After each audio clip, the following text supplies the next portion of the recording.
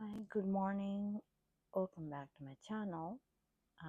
Today I'm going to read Mark chapter 6.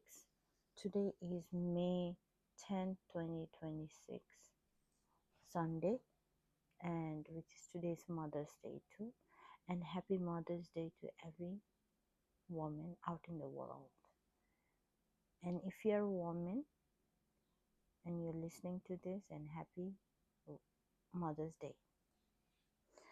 Okay, I'm gonna start. A prophet without honor. Jesus left there and went to his hometown, accompanied by his disciples. When the Sabbath came, he began to teach in the synagogue, and many who heard him were amazed. Where did this man get these things? They asked. What's this wisdom that has been given him? What are these remarkable miracles he is performing? Isn't this the carpenter? Isn't this Mary's son and the brother of James, Joseph, Judas, and Simon? Aren't his sisters here with us? And they took offense at him. Jesus said to them, a prophet is not without honor except in his hometown, among his relatives, and in his own home. He could not do any miracles there except lay his hands on a few sick people and heal them.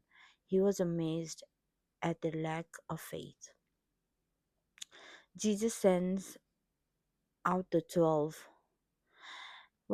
Then Jesus went around teaching from village to village, calling the 12 to him. He began to send them out two by two and gave them authority over impure spirits. These were his instructions. Take nothing for the journey except the staff, no bread, no bag, no money in your belts. Wear sandals but not an extra shirt. Whenever you enter a house, stay there until you leave that town. And if any place will not welcome you or listen to you, leave that place and shake the dust off of your feet as a testimony against them. They went out and preached that people should repent. They drove out many demons and anointed many sick people with oil and healed them. John the Baptist healed. John the Baptist beheaded. King Herod heard about this for Jesus' name and become well known. Some were saying John the Baptist has been raised from the dead, and this is why miraculous powers at work in him. Others said he is Elijah, and still others claim he is a prophet, like one of the prophets of long ago. But when Herod heard this, he said, John, whom I beheaded, has been raised from the dead. For Herod himself had given orders to have John arrested, and he had him bound and put in prison. He did this because of Herodias, his brother Philip's wife, whom he had married. For John had been saying to Herod, it is not lawful for you to have your brother's wife. So Herod nursed a grudge against John and wanted to kill him but she was not able to because Herod feared John and protected him, knowing him to be a righteous and holy man. When Herod heard John, he was greatly puzzled, yet he liked to listen to him. Finally, the opportune time came. On his birthday, Herod gave a banquet for his high officials and military commanders and the leading men of Galilee.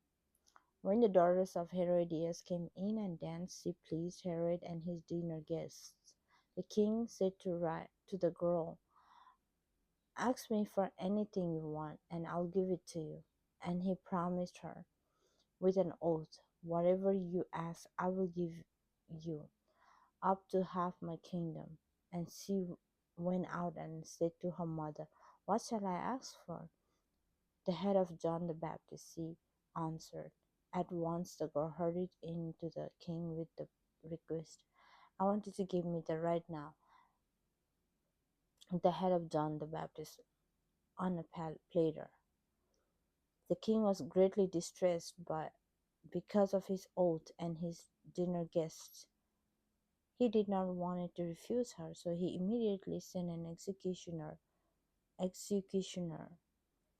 with orders to bring John's head. The man went, beheaded John in the prison, and brought back his head on a platter. He presented it to the girl and gave it to her mother. On hearing of this, John's disciples came and took his body and laid it in a tomb. Jesus feeds the 5,000. The, the apostle gathered around Jesus and reported to him all they had done and taught. Then Jesus, then because of many people were coming and going that they did not even have a chance to eat, he said to them, "Come with me by yourself to a quiet place and get some rest." So they went away by themselves in a boat to a solitary place. But many who saw them leaving recognized them and ran on foot from all the town and got there ahead of them. When Jesus landed and saw a large crowd, he had compassion on them because they were like sheep without shepherd. So he began teaching them many things. By this time it was late in the day, so his disciples came to him. "This is a remote place," they said. "It is already very late. Send the people away so they can go to the surrounding countryside and villages and buy themselves something to eat." But he answered, "You give them something to eat?" They said to him, "That would take more than half a year's wages. Are we to go and spend that much on bread and give it to them to eat?" "How many loaves do we have?" he asked. "Go and see." When they found out that they had 5 loaves and 2 fish, then Jesus directed them to have all the people sit down in groups on the green grass. So they sat down in groups of hundreds and fifties, taking the 5 loaves and 2 fish, looking up to heaven. He gave thanks and broken the loaves. Then he gave them to his disciples to distribute to the people. He also divided the 2 fish among them all. They all ate and were satisfied, and the disciples picked up 12 baskets full of broken pieces of bread and fish. The number of the men who had eaten was 5,000. Wow. Jesus walked on the water. Immediately Jesus made his disciples get into the boat and go on ahead of him to Bethsaida. When he dismissed the crowd after leaving them, he went up on a mountain on a mountainside to pray. Later that night, the boat was in the middle of the lake, and he was alone on land. He saw the disciples straining at the oars because the wind was against them. Shortly before dawn, he went out to them, walking on the lake. He was about to pass by them, but when they saw him walking on the lake, they thought he was a ghost. They cried out because they all saw him and were terrified. Immediately he spoke to them and said, "Take courage, it is I, don't be afraid." Then he climbed into the boat with them, and the wind died down. They were completely amazed, for they had not understood about the loaves. Their hearts were hardened. When they had crossed over, they landed at Gennesaret and anchored there. Gennesaret and anchored there. As soon as they got out of the boat, people recognized Jesus. They ran throughout the whole region and carried the sick on mats to wherever they heard he was. And wherever he went, into villages, towns, or countryside, they placed the sick in the marketplace. They begged him to let them touch even edge of his cloak, and all who touched it were healed. Okay, so next chapter 7 we'll do like next time. Thank you for listening. Bye. And reading. Bye.